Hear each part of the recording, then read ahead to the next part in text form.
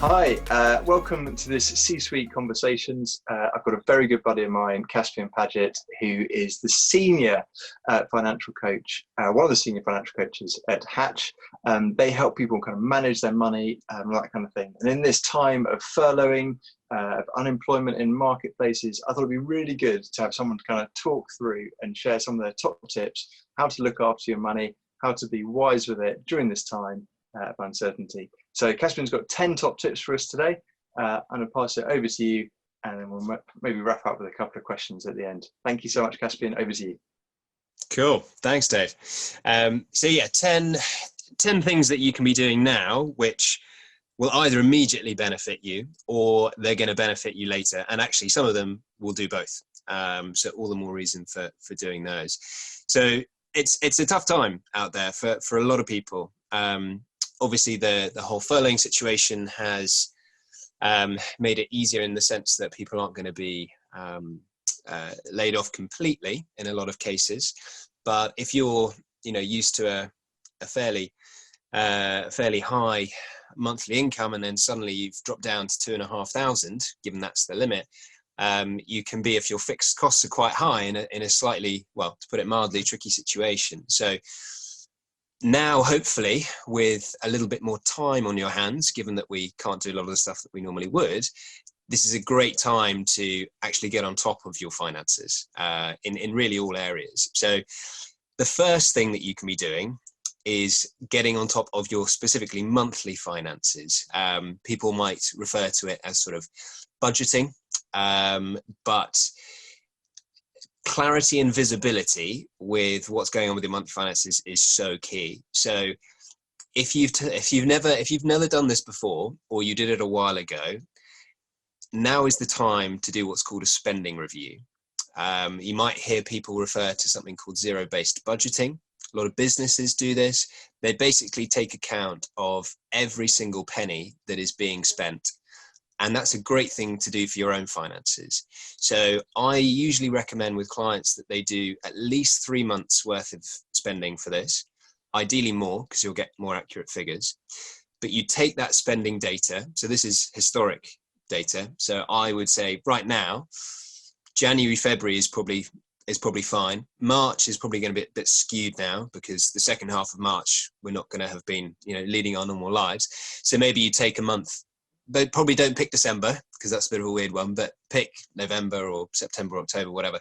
And sit down, go through all of your spending. It's a little bit painful, I'll be honest, but now is a great time to do it. And for a lot of people, this is going to be so necessary. So it's not a sort of, oh, do I do it? Do I not do it? You really need to do it. But that will give you visibility as to what the situation is at the moment. Because without that, you have no idea what you need to tweak or change. So oh, well, my income's dropped that I've got coming in every month. What effect that has is pretty obvious. But what's going to happen with your spending? There will be things that will naturally happen. As I said, we're not able to do things that we're usually able to do. So eating out, going out for a drink with a friend, taking your family out on a day out. We can't do those now. So lots of your spending will naturally decrease, but some of it may increase. So you want to see what it's normally like. You want to then adjust it. Okay, what is this going to look like now? And then putting that together with your income, you can actually see, right, does my budget balance effectively, or am I in credit, or am I in debit in that sense? But first of all, you just got to know what the situation is. For a lot of people that haven't done it before, that there is going to be some hesitation about it. You might be a bit anxious, actually, where does all my money go? That's fine. That's normal. If you don't feel like that, you're very lucky. So just bite the bullet. Of all the times, people often put off doing things with their finances. Now is the time to do it. So spending review, great resources for this, free resources. My favorite one is the Money Advice Service Budget Planner. You've got a lot of pre-filled areas of where you're going to be spending money, but you've got a bit of flexibility to put your own in as well. So that's a really great tool. You can create yourself an account, save it up so you've got that for future, and you just come back and tweak it and change it as and when you need to. So highly recommend that one. In terms of aggregating all of your spending data, because it can be even more painful to go through all these sort of paper statements or bank statements, tools like Money Dashboard, again, a free tool. You can get it on your phone, you can get it on the desktop. That will help to collate all of your, especially if you spend across different accounts or you've got a credit card or whatever it might be, that will help you put it all in one place. It also has a tagging system. I could talk about that for a whole 15 minutes, but I'll let you look into that yourself. So the Money Advice Service Budget Planner and Money Dashboard. So yeah, really crucial thing. Probably before, would be in my top 3 is get control and get visibility on your monthly finances. That's the first one. Second one, there's kind of two in one here really. Mortgages and renting. So slightly easier if you're renting. Definitely get in touch with your landlord.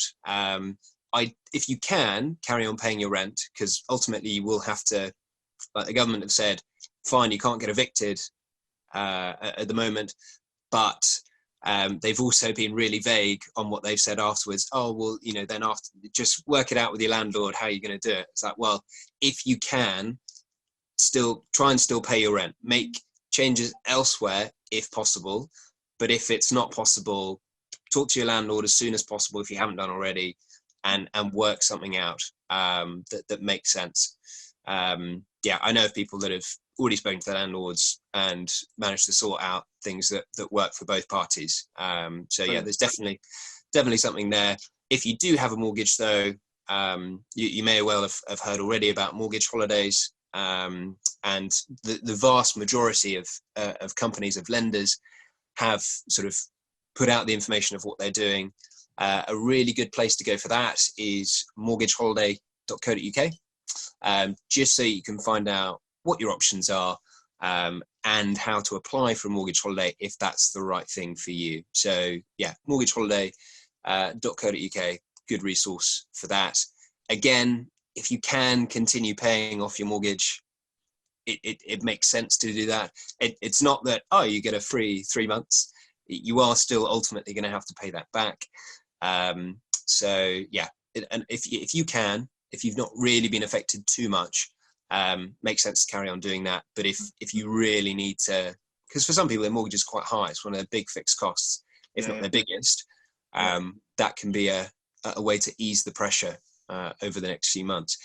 The other one, people will have maybe noticed that interest rates have been tanking recently, which it makes sense with what the current climate is doing. But one thing that perhaps people don't necessarily think of straight away is remortgaging for a better deal. If you're in maybe a 5-year fix and you're 3 years or 4 years into it, and you were able to, fix something like 2.5, 2.75 or something like that, you might actually be able to remortgage to a better deal now. And even if you've got to pay an early repayment fee or a penalty charge of coming out of it, it might still make sense to do that, take that hit, if then for the remainder of the time that you would have otherwise been in the mortgage, you have lower repayments. So it's worth having a look at it as an option. It's not always going to be the case, but it's just one thing to consider. So maybe if you've got a mortgage broker, a mortgage specialist, a mortgage advisor, call them what you like, perhaps drop them a line, get in touch and just say, I was just thinking, or heard about potentially, could remortgage and might make sense for me. Can you just go, explain my options a bit more, and just kind of explain that point that, if interest rates are quite low at the moment, could I get onto a better deal, and would that make sense even with that charge? So it's definitely worth having a look at.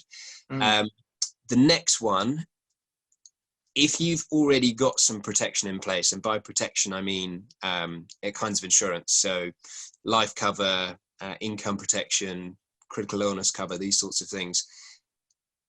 If you've already got it in place, now is a good time to review it. So some people have found that actually things like COVID-19, what's going on at the moment, actually isn't covered by their policy. You want to know that as soon as possible. Equally, the other way around, if it is, you also want to know that. So that's really important. Review what you've currently got. If you've not got anything in place, you just haven't got around to it yet, which for a lot of people is the case. Mm-hmm. It's really important, with what's going on at the moment, to make sure you've got protection. It is going to probably be more expensive. Well, I can pretty much say it will definitely be more expensive than it usually is, given the current circumstances. That doesn't make it any less important. It's still as important as it was before, perhaps even more important, but it's also unfortunately going to cost you a little bit more. But it's just one of those things. So review it if you've already got it. And if you don't, it's definitely worth, again, speaking to a specialist, someone that is going to be able to give you advice on it, particularly at a time like this, because what you don't want to do is take out a policy that doesn't actually give you the protection that you need, because the small print was a bit confusing. It's always worth paying that little bit extra to get good advice on that sort of thing.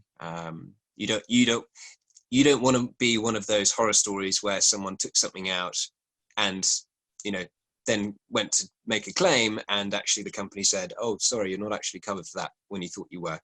Yep. So don't make that mistake. Next thing, if you have savings, make sure they're optimized. A lot of the time, particularly at the moment, because savings rates aren't great, people think, "Oh, well, I can't really get that much benefit out of moving my savings, so I'll just leave them where they are." I know they're not getting much interest, but I know that generally interest rates aren't great. That is true, but there's still always more things you could possibly do.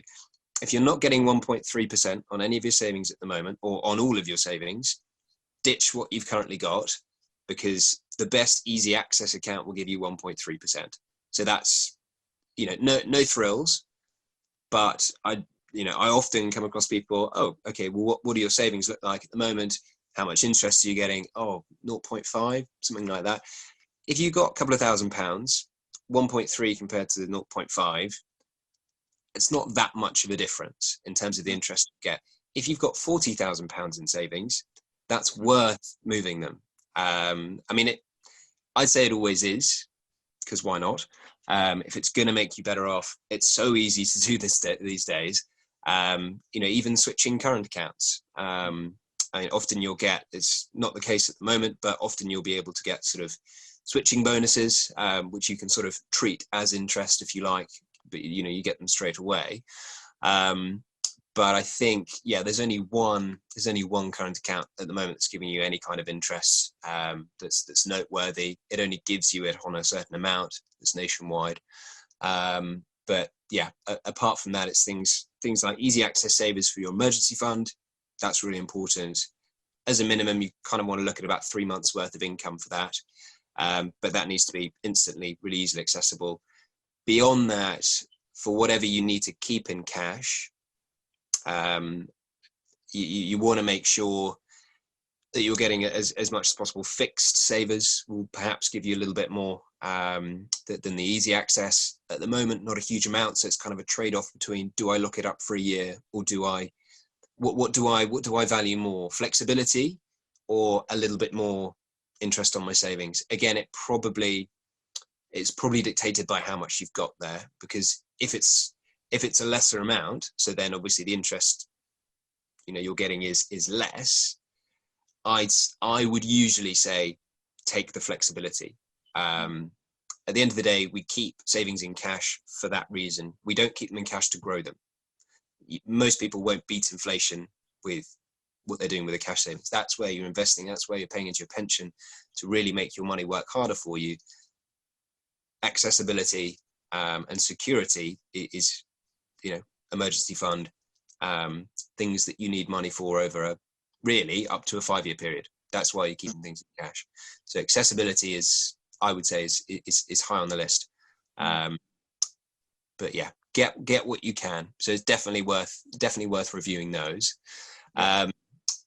Next one, this won't apply to everyone, but do make sure you've checked whether you're eligible for any benefits. Okay. Now, they're good places to go I would say entitled to.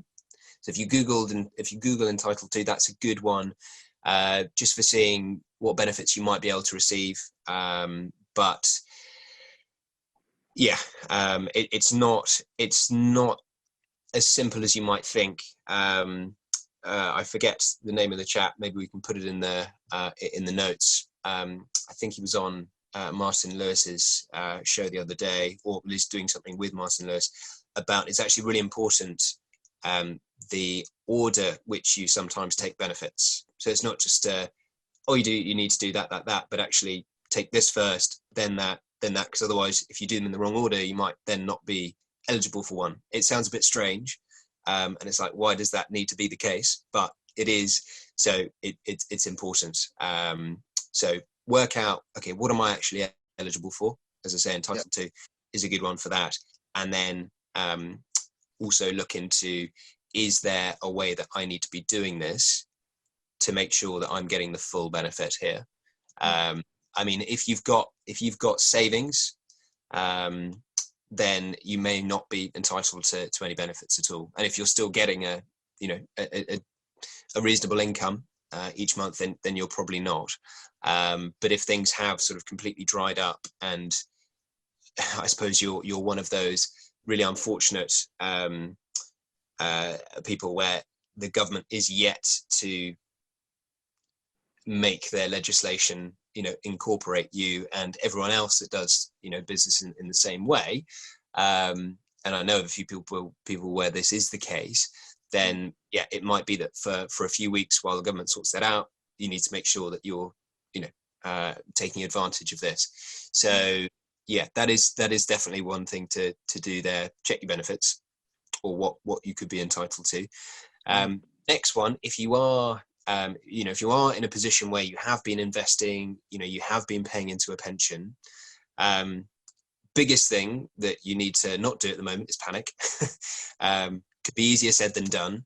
The key thing is, when you have been paying into a pension or investing, that you were doing so in a way that made sense with your wider financial planning. So that's not necessarily always the case. I have spoken to people recently where that hasn't been the case, and where basically they've not kept enough cash savings for emergencies. So when things have happened with their investments, they've had to cash out because that is their savings. So ideally, if you don't have to, it should basically be a last resort. If you don't have to, don't take out your investments. I mean, you can't do that with your pension anyway.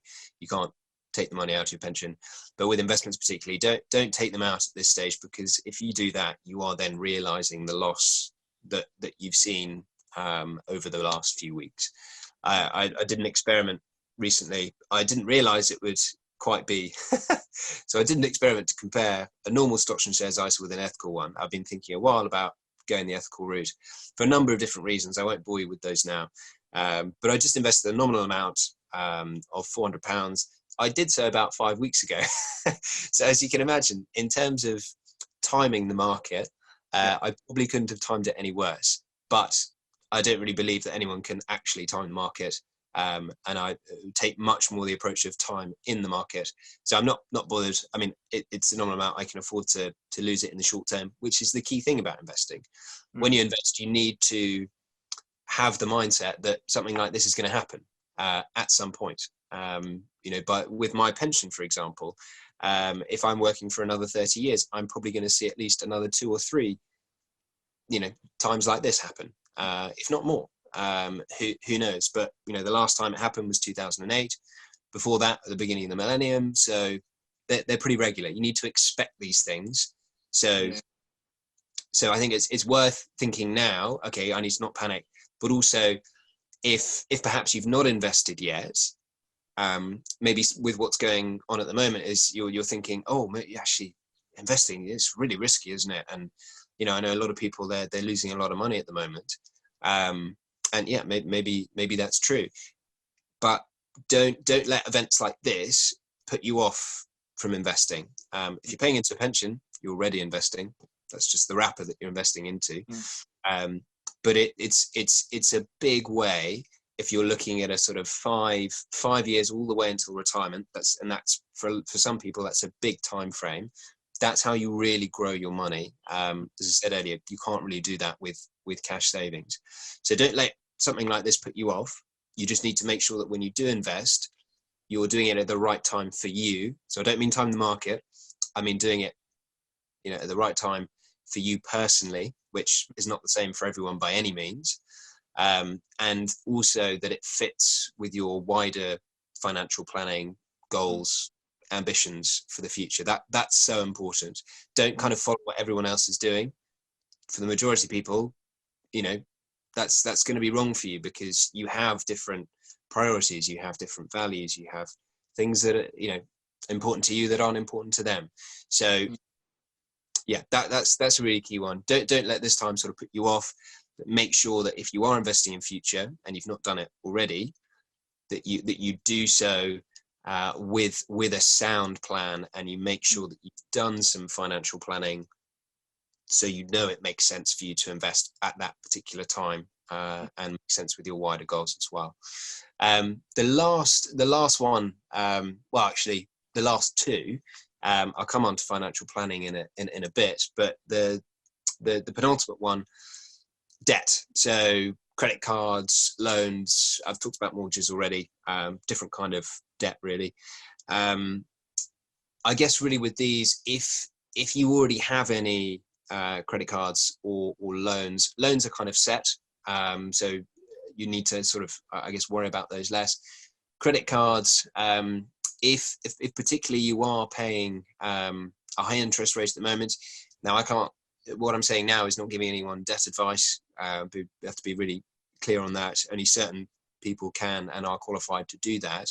But generally speaking, if you have high interest debt, and you can afford to pay it off, you want to do that, ideally before other things. Now, everyone's situation is different. So again, if you can, because a lot of people that you can speak to on this, you can speak to for free. So there are charities like Step Change or Cap UK who can actually give you debt advice. So unless you think you know what's going on with your situation, if you're wondering what perhaps the best way to do it is for you, get in touch with someone like that, and actually give you some advice. So yeah, Cap UK, Step Change, both do amazing work on that. But yes, do make sure with that. And I guess if you're thinking, well, my savings are running out, I might have to start taking on some debt. I guess at the end of the day, it comes down to your personal circumstances. And really, I suppose it's a kind of a last resort thing. And if you can, then try and do something that's interest free for a period of time. So, I can't see this. I don't have a crystal ball, so I can't guarantee this, but I can't see this current situation going on for another year. Let's hope that isn't the case. So you're taking out an interest-free credit card and you've got 12, 18 months, something like that. I would imagine that would be sufficient time for you to kind of weather this storm of a few months, and then when you've got income coming in again, you can pay that off before then you actually have to start paying any interest on it. It's an option. As I say, it's probably more of a last resort thing. If you can be using your savings, that would be a way to do it first. So yeah, a few things there. And then the last one is a bit more sort of on the financial planning side. Perhaps draw up a few scenarios of, okay, if this does go on for another 3 months, how am I set? How am I fared? If you've currently got a burn rate now with your monthly finances, because your fixed expenditure and your kind of I would say necessary expenditure, things like your groceries, any sort of, well, I was about to say necessary travel costs. That's usually one of those things, but that's I suppose unless you're an essential worker, that's not the case now. So if then your income is less than all of those things, you're obviously going to be burning a certain amount of cash each month. So just kind of work out, it's relatively simple maths. Okay, if this does go on for 3 months, where am I at in 3 months, or 6 months time, or 9 months? Just so that you can see, because I think for a lot of people, one of the big things right now is the uncertainty, which I think is unsettling to people. So the more that you can, have a look at a few scenarios of how things might turn out, at least you've got a bit more visibility and clarity on where you stand, how long your savings could last you, rather than just thinking, oh, I don't really have any savings, okay, so I'll panic.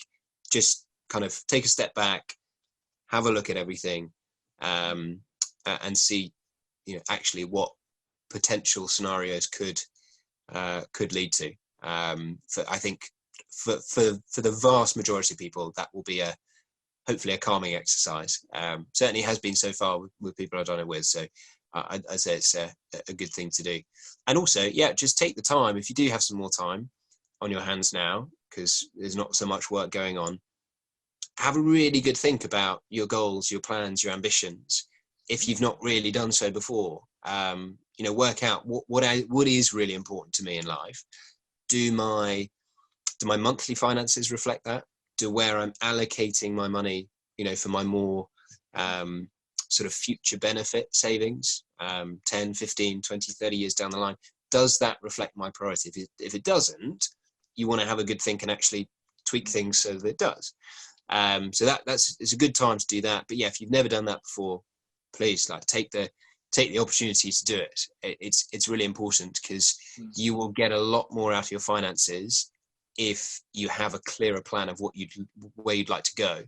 And at the end of the day, money is a big thing for helping us achieve the things that we want to do in life, because the vast majority of things cost money. Yep. If you've not done that yet, now is as good a time as any. And then obviously when you're outside of when you're out to the other side of this, you've got a much clearer idea of what you're doing. And then when money starts coming in again, you can then assess, right, okay, so going forward, my saving capacity is now this much. Okay, now I need to plan for all these things that I had a good think about during the coronavirus period. So take the opportunities to do that. You'll really, your future self, 10, 15, 20 years down the line, will thank you for it. Definitely.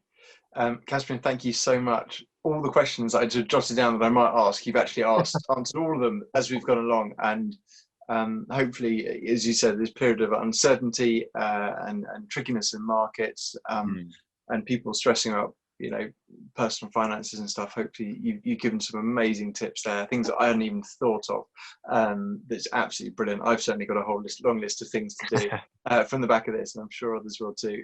Thank you so much for your time, Caspian. It's been so useful. Not at all. Thanks, Dave.